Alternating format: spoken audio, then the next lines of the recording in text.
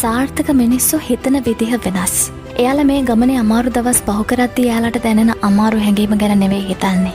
මේ ක්‍රියාවලිය අවසානයේ දවසක Tamanට කොහොම හැඟීමක් දැනෙයිද කියලයි එයාලා හිතන්නේ. දැනට මේ අමාරු දේ කරන්නේ කොහොමද කියලා දන්නේ නැතත් ඔබ කොහොම හරි ඒක කරන්නයි යන්නේ කියන සිතුවිල්ලයි වැදගත්. ඉතින් අද ඇක්ෂන් එක ගන්න. ඊතුරු හරිය මේ සාර්ථකත්වයේ ක්‍රියාවලිය හරි ලස්සනට ඔබට ගන්නයි.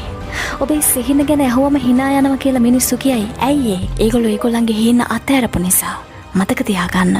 ලොකු හීන යථාර්ථවාදී නෑ කියලා හිතන්නේ අරමුණක් නැති මිනිස්සු විතරයි. ඔබට බෑ කියලා දෙයක් නෑ. දන්නවද? ලෝකේ ලොකුම සතුට තියෙන්නේ මිනිස්සු බෑ කියපු දේවල් ලස්සනට කරලා පෙන්නන්ති. ඔබ පැරදිලා මුල්ලකට වැටිලා ඉන්න කෙනෙක් නම් මේ දැන් ඉඳන් ඔබේ කම්බැක් ස්ටෝරි එක ලියන්න පටන් ගන්න. ඔබේ නියමම අනාගත ඔබව අතාරින්න ලෑස්ති වෙන්න එපා. මේක ලේසි වෙයි කියලා හිතන්නත් එපා. මොකද මේක එහෙම නෑ. දෙවියනේ ස්තුතියි මට ලේසි